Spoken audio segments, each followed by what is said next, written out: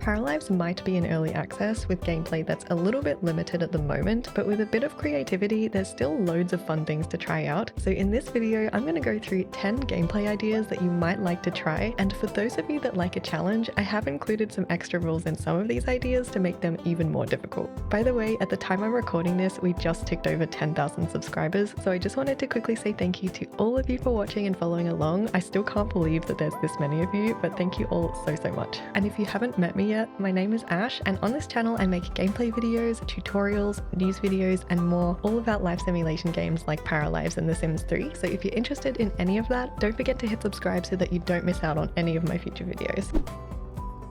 The first challenge that I'd recommend trying is the resale challenge. In this challenge, you start with 0 paradigms and you can only make money by buying and reselling items. You start on an empty lot, and this part is optional, but if you have the little business mod, you can start with a cheap table and the little business sign so that you can sell items that you've purchased. But if you don't have the mod, don't worry about that. If your money isn't already set to 0, you can reset it by pressing Ctrl F1 and typing in set money 0. But now that you've got no money whatsoever, the only thing that you can technically buy is the free plant from the plant shop Bloom in the center of town. So you can go and buy that plant, and if you don't have the little business mod, you can sell the plant straight out of your inventory. But if you do have the mod, you can go back to your home lot, place the plant either on or near the table, set it for sale, and then open the store and wait for someone to buy it. When you're listing items for sale, don't set a profit margin though, so that items are going to sell roughly for their catalog price. And that might lead you to the question, how do you make money if you're buying items and then selling them for the same price? Well, the trick here is to buy the items on sale, and there's only a limited number of items on a discount each day, so sometimes you'll have to wait until the next day to buy more things. There are items at discounted prices at the general store, the antique store, and the plant shop, but you're also welcome to try ordering items over the phone too. In Paralives, you can start out homeless, so obviously I'm going to suggest homeless rags to riches. I recently tried this on the channel and I had so much fun playing Lily. I cannot recommend this challenge enough, but the premise for this challenge essentially is to start out with no money and no home and make money through unconventional means like selling mushrooms and gems or doing townie requests, although you can get a job if you really want to. Eventually, you'll be able to save up enough money to buy an empty lot, and you keep going until you have a completed house and you're finally rich. There's a few methods you can use to start out homeless. So first, when you start a brand new save, under storyteller settings, scroll all the way to the bottom and then set starting funds to 0. And that way your para will be broke and homeless as soon as you hit play, and you can just start playing as normal. If you forgot to do that, once you're finished creating a household, click on the 3 dots in the left-hand corner and select the option to play without a lot. That way you won't be forced into buying a house before you start playing. And if you already have a household in a save file, all you need to do is zoom out all the way, click on the icon for the house that you own, click the big red sell button, and then reset your money to 0 using the set money cheat. This challenge is typically done with a single young adult para, but you can have more than one para or play with a para of a different life stage if you really want to. While you're homeless, you'll need to find food, a place to sleep, toilets, and a shower. All of these things are possible to find in the game without a lot, and whilst technically you can just visit any para's house and use their kitchen, bedroom, and bathrooms, if you want a little bit of an extra challenge, I highly recommend setting a rule for yourself where you're not allowed to use any other para's houses.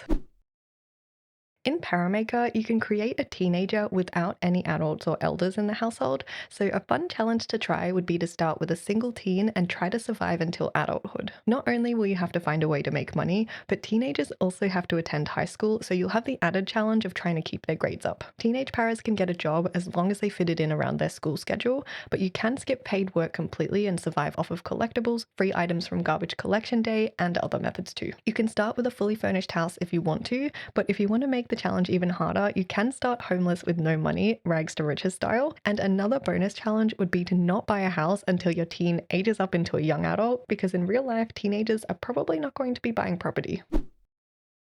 A style of gameplay popular with Sims 2 players is rotational gameplay, which is possible in Paralives too. Rotational gameplay involves playing a household for a period of time, then switching to another household to play before moving on. Once you've played through all of the households once, you go back to the first household and keep repeating the same cycle. There's no rules for how long you have to play each household, it's completely up to you. Some people like to play a single day, some play a week, and some play a whole month, but you don't have to play the same amount of time for each household if you don't want to. The newspaper is a simple in-game way of keeping track of how much time has passed, and it even tracks the season, which are 4 weeks long each. When you're selecting a household to play, you might want to take a look at the household biographies first, as pre-made townies living in Melano have some really interesting storylines, some of which you can check out on the train in the intro tutorial. Not every household is on there though. Sadly, Maggie is missing, and I believe a few others are too, but if you load into a household and enter the edit character cheat, you can click on the book icon to view the biography there. Someone on Reddit has actually made a spreadsheet for tracking rotational gameplay in Paralives,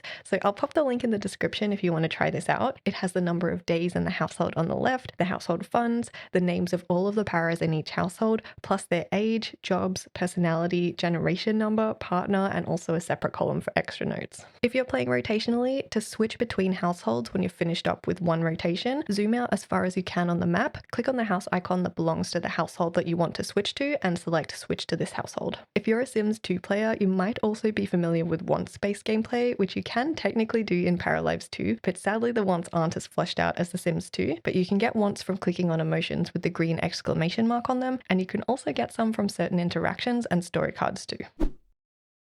Since we have a variety of functional shops in Paralives, another challenge you could try is to furnish a house exclusively with items purchased or found outside of the home lot. You can buy furniture and decor items from the antique store, the plant shop, the museum, and also the oddities and art stalls at the Sunday market. The general store sells solar panels and mushroom greenhouses, but you can also grab one discounted item per day, and these are worth waiting for because they're often important things like plumbing items, like toilets, showers, and sinks, kitchen items like fridges, ovens, and counters, and you can also grab a TV there too. You can forage for furniture on garbage collection day when paras put out their unwanted items on the street. You can find furniture in mystery boxes that wash up on the beach, and if you're lucky, you might find a story card that gives you a free computer. Some items can't be found using any method, like walls, windows, and flooring. Anything like this you will have to purchase through the regular build mode catalog. If you want even more of a challenge, you can limit yourself to buying clothes from the clothing store or the clothing stall at the Sunday market to unlock new outfits, and you can also use the hairdresser for new hairstyles. And before you acquire a fridge, you can make your paras exclusively buy food from restaurants, town events like the Mountain Top Jogging Club, vending machines, or the Sunday market stalls.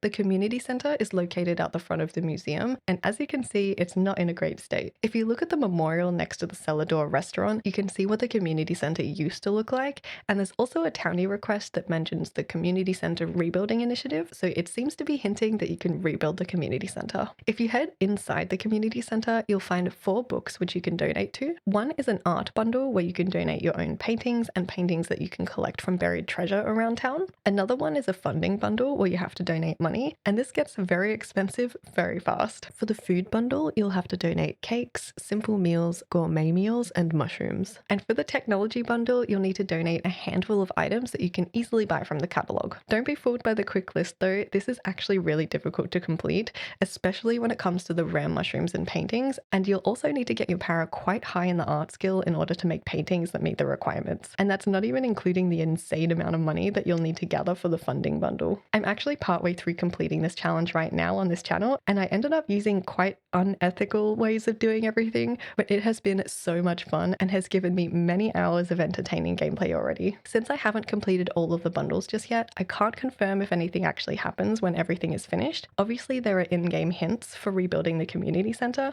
but since this is still an early access game, it's possible that the final part is not ready yet. But even without a reward or a proper rebuild, the challenge itself is so fun that I recommend doing it anyway. A similar challenge that you could do either on its own or at the same time that you do the community center rebuild challenge is completing the museum collection. If you head over to the museum and take a look on the 2nd and 3rd floors and also down in the basement, you'll see empty displays in glass boxes or tucked behind red ropes. These are where collectibles like mushrooms, gems, paintings, and other artifacts will go once you donate them. You can find mushrooms and gems scattered around town, and rare collectibles can be very hard to find sometimes because they only show up in specific locations, so you will have to do a little bit of hunting. Paintings and other items can be found in buried treasure chests, which you can dig up around town too. If you haven't donated an item before, when you hover over it, the item preview will have donated written in grey in the bottom left corner, but if you've already donated it, it will show up in blue. Once you've found new collectibles, you can head to the museum and donate them via the box just outside the main doors, or you can use the box that's inside the museum gift shop. And just a quick tip for this, if you have a lot of items, you can hold control and then click on all of the collectibles to donate them all at once, or you can click on an item and then hold shift and click on another item, and this will select everything between the first item that you clicked on and the last. Once the relevant collectibles are selected, click donate, and if you've unlocked a new reward, you just need to click on the reward to claim it. There's over 100 collectibles that you'll need to find before the collection is complete, so this will take you quite a while to do, but if you still want an extra challenge, you can also complete the stamp collection, which you can view by clicking on the See Collection button in your household inventory. You can add new stamps to your collection by clicking on them in any letter that you receive, and other than household bills, there are other ways to increase the amount of mail you get, but I'm going to leave that one up to you to find. I promise that this is my last completionist style challenge, but this one will appeal to a certain type of player, and this challenge is to max out every single skill in the game. There's not a huge number of skills in the game at the moment, so it's not super overwhelming just yet, but it's still a pretty sizable task. In Paralives, there are 2 layers to skills. There's knowledge, which is like a para's understanding of an overall topic, and then there's skills, which fit underneath the knowledge category. So music knowledge contains skills for guitar, piano, and triangle. Food knowledge just contains cooking for now. Fitness includes exercise and dance. Technology includes programming and graphic design. Art just includes painting. Repair doesn't have an underlying skill just yet. And science includes surgery, biology, and astronomy skills. You can increase skills through books, the computer, using skill items, and through certain bonuses. A para's knowledge will increase while they're learning a relevant skill. So if a para is learning the fitness or dance skill, their fitness knowledge will also improve. And the maximum level that a skill can go up to is 20. Inside the town hall, right by the entrance, there's a skills board with a portrait of the para with the highest skill level for each skill. By default, Roberto, aka Mustache Man, is pictured in every single one of them, but NPC paras can build their skills and overtake Roberto, and so can your own paras. So as you're progressing in each skill, you will get to watch your para's portraits take over the whole board. In Paralives, you're not limited to just having one job. You can have as many jobs as you want, as long as the job schedules don't conflict with each other. The most I've managed to get a para is 4 jobs at the same time, but I have heard from someone else that they managed to get 5. So for this challenge, you'll start with a single para, and you'll need to set them up with as many jobs as physically possible. So you can aim for 4, but bonus points if you can get to 5. It is going to be really, really challenging to keep on top of their needs, because they're going to be popping into and out of work multiple times per day. So your only goal is to use whatever free time your para has outside of work to find a partner and either have a baby with them or adopt a baby, and then you'll need to raise them until they reach their teenage years. That's literally all there is to it, so good luck and try not to get fired. If you're looking for a slightly darker challenge, you can try a modified Black Widow challenge. This is originally a Sims 4 challenge, but I've tried my best to adapt it for Paralives. The idea for this challenge is that you start with a female young adult para, and they can keep the standard 30,000 paradigm starting funds to buy a house. They are not allowed to have a job for the entire challenge, but before they marry their first husband, they can find collectibles or do townie requests to make money if they run out. So for this challenge, you need to first find a husband, get married, and then move them in. Unfortunately, in Paralives, you don't get the partner's household funds when you move them in, but I think a fun alternative is the lottery cheat, and this cheat gives you a random amount of money when you use it that can range from a reasonably small amount to a lot of money. So when a new partner joins the household, open up the cheats menu and type in lottery, and you can just pretend that that money came from the new partner. But once your new husband has moved in, find a new partner and then make sure you get caught cheating. The next step is to kill off the old husband using a method of your choice, then buy a gravestone from the catalog and use the text edit feature in build mode to add their name, and underneath put in the message "died by Black Widow." Repeat this with more partners until you have a total of 10 graves, and at 10 graves you've fully completed the challenge. And for those who want even more of a challenge, you can choose to have a kid with every partner as well, so you'll end up with loads of kids to take care of, but of course that is optional. And just a note for this challenge too, the traditional rules are to start with a female para and collect male partners, but this doesn't actually matter. You can choose any paras that you like.